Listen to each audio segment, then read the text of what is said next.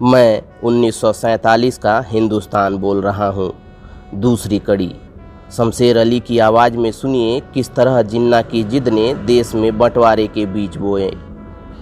1 जनवरी से 15 अगस्त 1947 के बीच हिंदुस्तान में जो भी हुआ वह इतिहास के पन्नों में अमर हो गया। 15 कहानियों की इस सीरीज की दूसरी कड़ी में आज जानिए किस तरह जिन्ना की जिद ने देश को बंटवारे के मुहाने पर खड़ा कर दिया। मुझे याद है वो खूबसूरत लम्हा। तारीख थी 20 फरवरी 1947।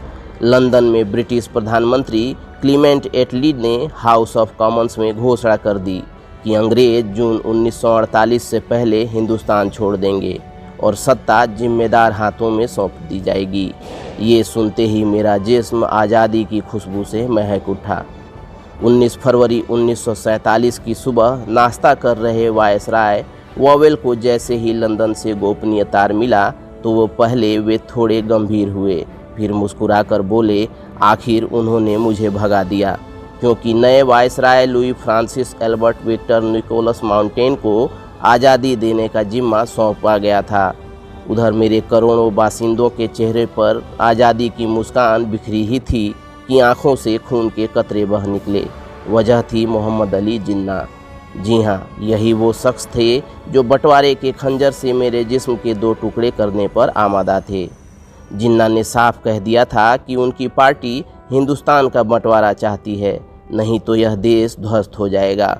वहीं लंदन में लेबर पार्टी के नुमाइंदे यह गणित बिठाने में लगे थे कि बंटवारे के जरिए किस तरह हिंदुस्तान में नफरत के बीज बोए कि देश में तबाही भी मच जाए और उनके दामन पर दाग भी न लगे। 10 डाउनिंग स्ट्रीट और बकिंघम पैलेस की नींद इसलिए हराम थी क्योंकि हिंदुस्तानी और अंग्रेज सैनिकों के बीच दरार बहुत चौड़ी हो चुकी थी। रॉयल एयरफोर्स के अंग्रेज अफसरों ने तो विद्रोह ही कर दिया था। दरअसल 18 फरवरी 1946 को करीब 2000 भारतीय सैनिकों ने बगावत कर दी थी और गोलीबारी में करीब 400 भारतीय सैनिक शहीद हो गए थे। तभी से अंदर ही अंदर गुस्सा पनप रहा था। 1946 में ही अंग्रेज़ों ने तय कर लिया था कि अब हम हिंदुस्तान को आज़ाद कर देंगे। इसी को ध्यान में रखकर 2 सितंबर 1946 को अंतरिम सरकार गठित हुई, जिसके मुखिया जवाहरलाल नेहरू थे। इस अंतरिम सरकार में मुस्लिम लीग शामिल तो हुई थी, लेकिन 1947 आते आते अपने कारनामों से उसने ज़बरदस्त अंतर्विरोध पैदा कर दिया। नतीजा यह कि फरवरी 1947 में नेहरू का धैर्य टूटा और उन्होंने मांग कर दी कि लीग के मंत्री त्यागपत्र दे दें। सरदार पटेल ने भी कड़ी चेतावनी दी कि मुस्लिम लीग के सदस्य फौरन कैबिनेट नहीं छोड़ेंगे तो कांग्रेस के सदस्य त्यागपत्र दे देंगे।